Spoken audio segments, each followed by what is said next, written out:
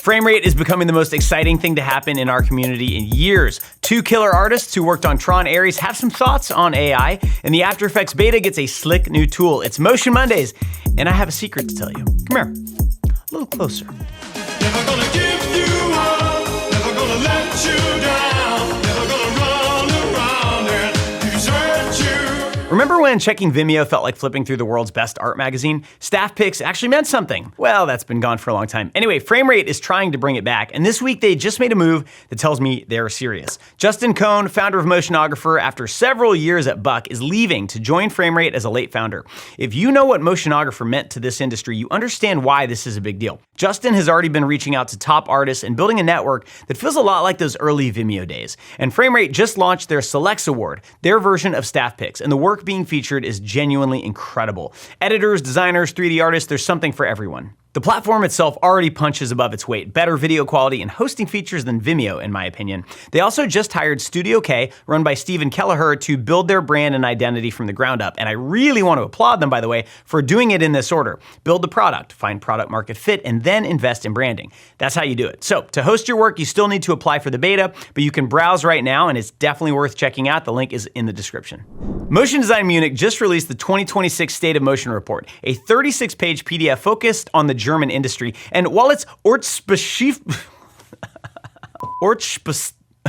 oh man, this is the hardest word I've ever had to say in my life.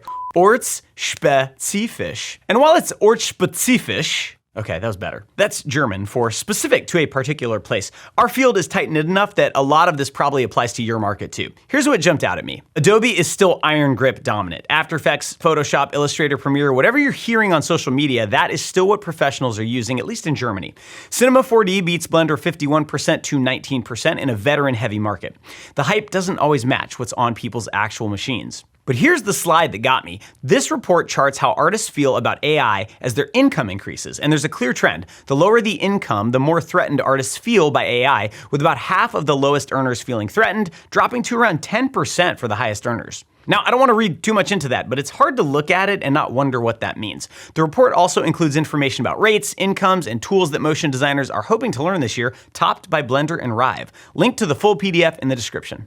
Big news for All Access members, Substance Painter for motion designers is live today, taught by the man, the myth, the legend, E.J. Hassenfratz. This course covers texturing assets for Cinema 4D and Blender, prepping models, setting up UVs and UDIMs, and the full export workflow back into your 3D app. What I love about how this course is built is that you're not texturing shader balls. You're working on real projects, characters, environments, product assets, and you'll come out the other side thinking like a texture artist who actually has control over their materials. Also, this Thursday, our monthly portfolio review live stream is happening, so All Access members RSVP and get your work submitted. In March, Spencer Dickerson from Otoy is coming on for our live workshop to talk Gaussian splats and the future of 3D, which leads nicely into a story later in today's episode. Our Motion Jobs board in the All Access community has had over 150 jobs posted in the last 3 weeks, some of them very cool and very well paying. And if you want an excuse to go to Las Vegas, our annual NAB MoGraph meetup is April 19th at Tom's Watch Bar. Beers are on us, details coming soon. True Grit Texture Supply dropped a great long-form tutorial from Richard and Jen of Skinny Ships, walking you through exactly how to get that gritty, tactile screen print style look that shows up constantly in high-end commercial work.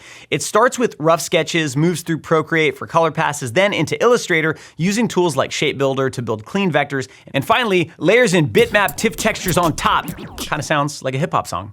The key trick is the TIFFs have transparency baked in, so you get transparent, recolorable grain that gives you control without choking your machine. The color approach is also really clever. They build it like a 4-color screen print, one artboard per color, each layer set to multiply so overlaps generate new colors naturally. The result is work that looks handcrafted without being slow to produce. If this style has been on your mood board and you haven't cracked the workflow, this is the tutorial that will do it, and we'll link to it in the description. Here's a quick one for Cinema 4D artists. Lucas Thorpe built 4D Render Queue, a name your own price tool that runs C4D's native command line renderer without opening the UI.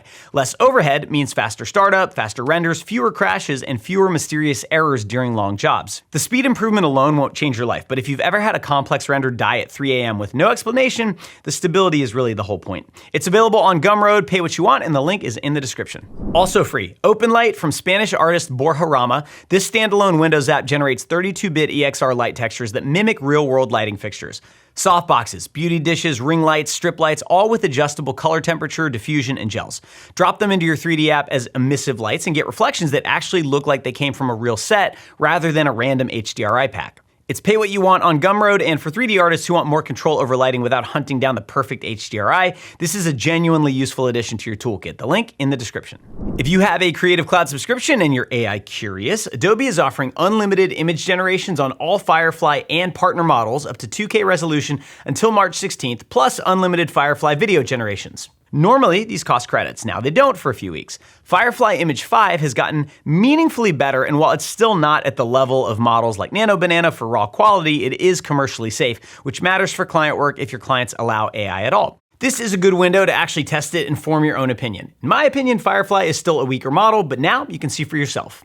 If you've been hearing Gaussian splats everywhere and nodding along without fully knowing what they actually are, this video is your homework. Adam Savage sat down with Chris Everett, FBFX's head of digital, for a genuinely excellent crash course on what Gaussian splats are, how they're captured, and why they're a big deal for visual effects. The key insight: a 3 million splat asset can run in a web browser, while a 3 million polygon asset might choke your computer. That performance gap is why people are excited. Chris also captures Adam himself using a custom camera rig, which is something I would love to do if anyone watching this has a $1 million rig available for my whims. Our March All Access workshop with Spencer Dickerson from Otoy is going to go deep on stuff like this, so this video is good prep. The link is in the description. Time to showcase some great work. Good Secrets dropped their 2026 reel with sound design from Jeff Moberg, and it's the kind of reel that makes you question what you've been doing with your life. I can tell you got big energy. It ain't too many of them that can handle me, but I might let you try it off the Hennessy. Every shot is gorgeous, styles shift seamlessly, and the edit is killer. If they weren't on your radar, they are now. Buck released a piece for Anthropic announcing Claude Opus 4.6, and what's interesting is how they made a commercial for an AI company where everything feels organic and human. It almost has a stop-motion quality to it. Restraint and taste, that is the Buck signature. Taylor Yontz dropped a new reel, and if you want to see what versatile actually looks like in practice, 3D, 2D, illustration, compositing, she can do all of it at an extremely high level. It is a nearly perfect reel. Panoply's derealization is their take on the psychological condition where you feel your surroundings are unreal or distorted. The 3D is photorealistic, but some of the motion and effects will genuinely make you wonder how the heck they pulled it off, and remind you of that time that she ate those brownies without asking what was in them. Framerate gave it a Select Award for good reason. Finally, our friends at Bien did a piece for Google featuring Steph Curry where clever typography treatments and beautifully illustrated animated segments are edited together with real footage. When you watch it, you really feel the number of different skill sets it took to pull it off. Amazing work from our buddies at Bien.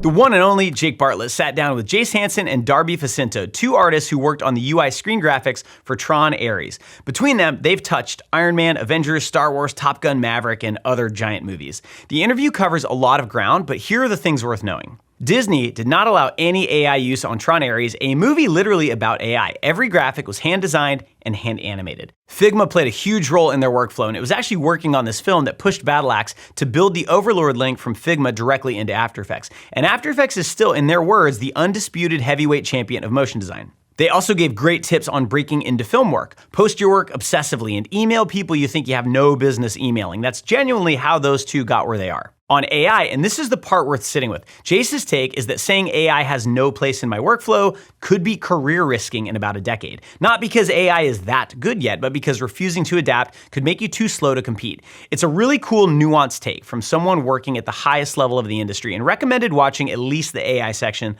link in the description. Recraft is an AI image model aimed at designers and art directors, and their new V4 model includes something genuinely interesting, a vector output mode that generates layered SVG files.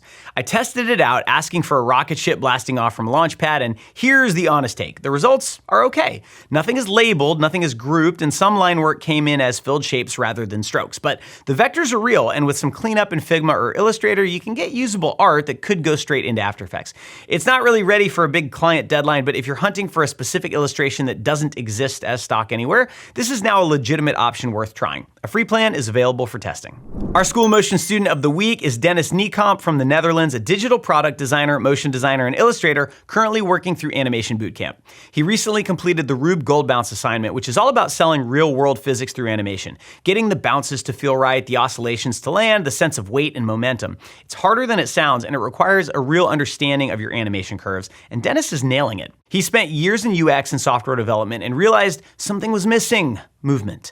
Now he's found it. If this assignment is any indication, he's gonna be a seriously good animator. Dennis, great work. I cannot wait to see how the rest of bootcamp goes. LottieFiles just launched a digital asset manager, basically a Dropbox, built specifically for design and animation assets. It supports Lottie and .Lottie natively, along with Photoshop, Illustrator, and After Effects files, SVG, and more. There are built-in approval tools, commenting, version control, and plugins for After Effects, Figma, and Webflow, so you can pull assets directly from the DAM into your app. It won't be the right tool for every motion design project, but for UI and UX work, it's worth a look. If you try it, leave a comment. I'm curious what people think. If you're a Cinema 4D artist watching Blender users do wild procedural stuff with geometry nodes and feeling a little left out, well, this is your video. Mikhail Sedov dropped a tutorial walking through the basics of scene nodes in C4D, and what makes it good is that he's not just showing you the steps, he's trying to build an actual mental model of what scene nodes do and how to think in them. Once that clicks, you'll start seeing where you can use them in your own work. Scene nodes are seriously underused in C4D, partly because the training hasn't been there. Well, this is a solid starting point, and we will link to it in the description. After Effects Beta just dropped proportional scrubbing for timeline values, and the name doesn't really do it justice. Here's what it does. Select a bunch of layers, open a property, hold Command and Option on Mac or Control and Alt on PC, drag, and After Effects automatically distributes those values proportionally across your selection based on selection order. The first selected layer doesn't change, the last layer gets the full amount, everything in between is interpolated. So if you want 10 layers to spread out evenly in Z-space, or open up in a fan, or stagger their opacity, it now takes about 5 seconds. It even works with the new 3D primitives. This is a small quality of life feature, but I think it's really gonna save you a lot of time. You can check it out in the beta now through the Creative Cloud app. Meshcapade, one of the better Markerless motion capture tools around, just got acquired by Epic Games. The likely outcome is this tech gets folded into Unreal Engine at some point. The immediate reality, though, is that their current platform, Meshcapade.me, is shutting down on April 18th. If you have motions saved there, download them now, because once they're gone, it's gone until Epic releases whatever they build next. The bigger picture, though, is that Markerless Mocap keeps getting absorbed into the major ecosystems, Epic, Adobe, and others. The direction of Mocap, I think, is pretty clear. Tools that can take single camera video and turn it into clean, retargetable 3D motion data are gonna be a standard part of the pipeline. Meshcapade was doing this well, and it'll be really interesting to see what comes out the other side once it's integrated into Unreal. And that is it for Motion Mondays. All Access member Substance Painter for Motion Designers is live right now. Thursday is our monthly live portfolio review, RSVP now. Our March workshop with Spencer Dickerson from Otoy is coming, and our NAB MoGraph meetup is April 19th in Las Vegas. Details coming soon. Everything we talked about today is linked in the description, and please subscribe so you don't miss any motion news. We'll see you next week.